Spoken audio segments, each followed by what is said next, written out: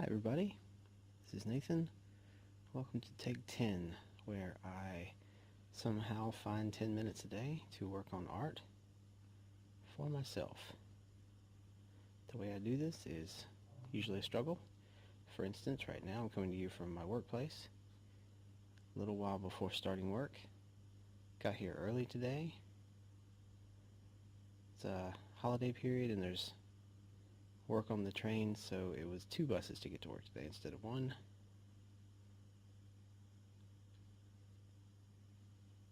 But it did force me to get here a little earlier than usual, so that's good. And again today I'm just sort of doing a one-handed video here in my sketchbook, just inking over some blue lines I had already, just toying around mostly.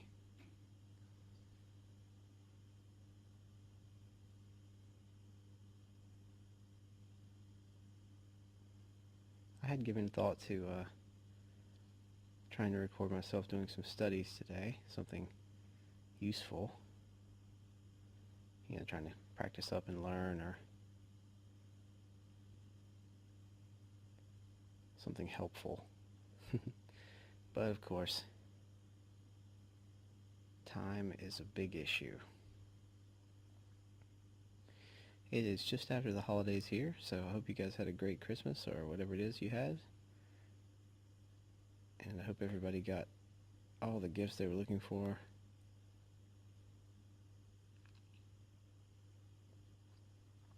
And or ate way too much food.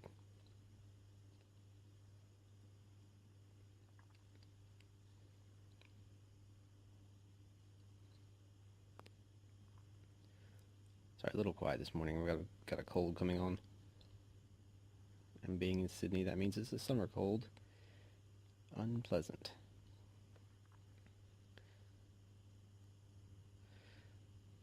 As always with these work videos, I'm actually recording this with one hand and doing the inking with another, so it will not be very good quality video-wise or drawing-wise, but I am getting it done. So that's something.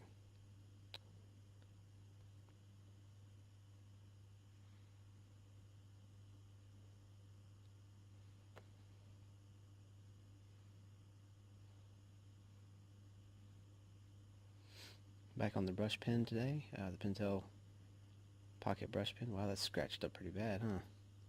Hadn't noticed. Oh no, it's just dust. What the hell? Anyway, not important. I've been doing a lot more marker sketch stuff lately, but this is much more portable. Although, to be honest, not exactly my tool of choice when working one-handed like this. Normally I'd be flipping this page around left and right to do these ink lines, but that is beyond awkward trying to record, so I will just make do.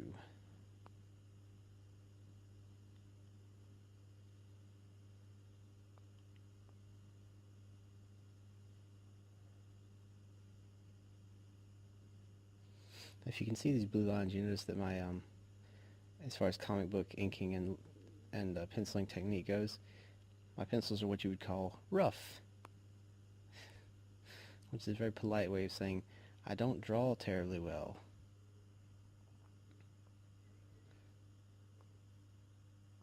I do a lot of refinement and recreation in the inking stage. It's probably not the best idea. It'd be much better if I could plan it out ahead of time. My drawing is really sketchy, generally speaking. But I find that if I go through the process of refining like I would for a painting, I lose all the sort of energy for comic stuff. Because these ink lines really solidify everything, so there's no more fluidity in the motion, if there was to start with. So you have to be careful with inking, I'm told.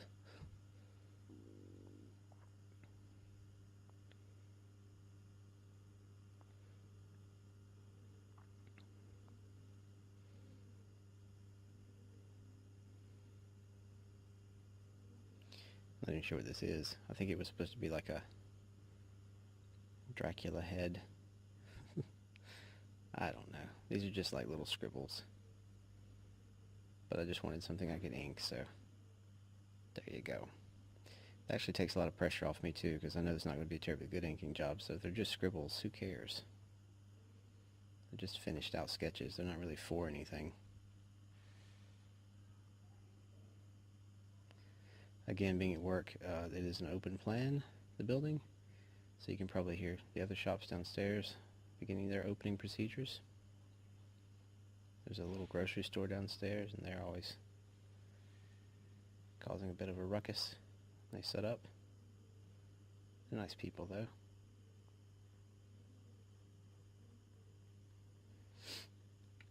It's funny, I'm doing this little pad is a watercolor paper, and I have another one that's Bristol, and it works much better with ink, because the watercolor paper's got a bit of texture, and it tends to soak up the ink too. But you know, it's still pretty good. I like to do mixed media stuff, so it's good to have something hard and solid. This is like 300 GSM paper, which is very important when you want to work with whatever you have at hand, or when you have plans to do something that's going to take a lot of washes or a lot of passes.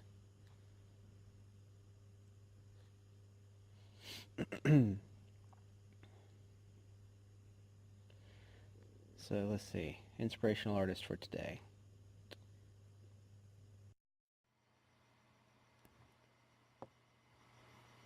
Speaking of Dracula, I think I'm going to go with Colan today. Who's a really popular artist for Marvel Comics in the 70s. Did a book called Tomb of Dracula, among other things, but probably most known for Tomb of Dracula. Just always really loved that book.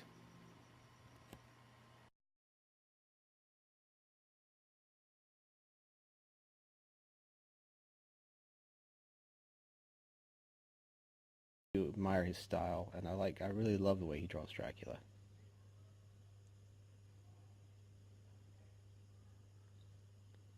Speaking of horror comics, Wrightson is another great one. I'll put him in the links too. We'll do like a horror comics theme today. Wrightson is master of detail, which even a cursory glance at his stuff will reveal that. He's got the best Frankenstein monster I've ever seen in comics. It's pretty awesome. Just the lab, the background shots in that book is insane. I wonder how long it took him to do that. I bet it's a lot more than 10 minutes. His stuff is inked. I don't know if he inks it himself. I have to check into that, but the level of detail in his work is insane. I think he did some Swamp Thing too, which is really good. Perfect for him. Characters with lots of little details on them, like my rock guy here, like my little mud man that I always do. I do tons of these things. Lots of little scribbly lines and things, but see, the difference between him and me is his detail is like realistic and useful and helps define the form, whereas mine is just filling up the space. That's why he is a professional artist and I am working in a retail store right now. So, more work. I need to practice more. But 2015 is almost upon us, and as I've stated here before, that hopefully will be the year I start making some money at art. I don't mean to sound crass or anything, but I'm not in it for the money, of course, but you have to have money to live, and I'd rather spend my time making art, even if it was just for money, than making money not doing art and then having to find some time to do my art in a spare time. I'd rather work on stuff specifically that wasn't my art and make a little money at it just to be doing art in general and being paid for it. It's funny how your priorities change. I do want to do my own stuff and get paid for it, most of all, of course, but I gotta do baby steps. That's sort of the end game.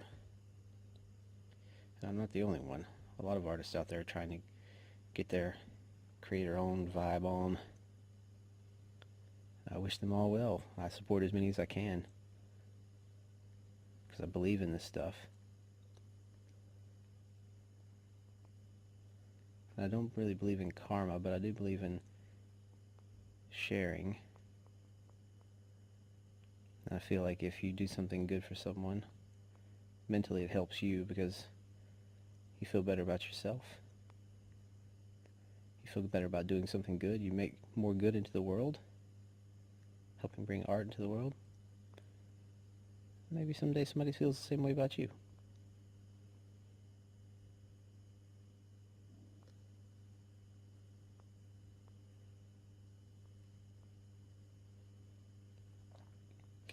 Alright, Mr. Clock on the Wall says we're past our 10-minute time, so I'm going to wrap this up.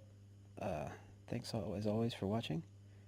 Thanks for the comments and the likes. Feel free to tune in tomorrow. I'll be doing another one.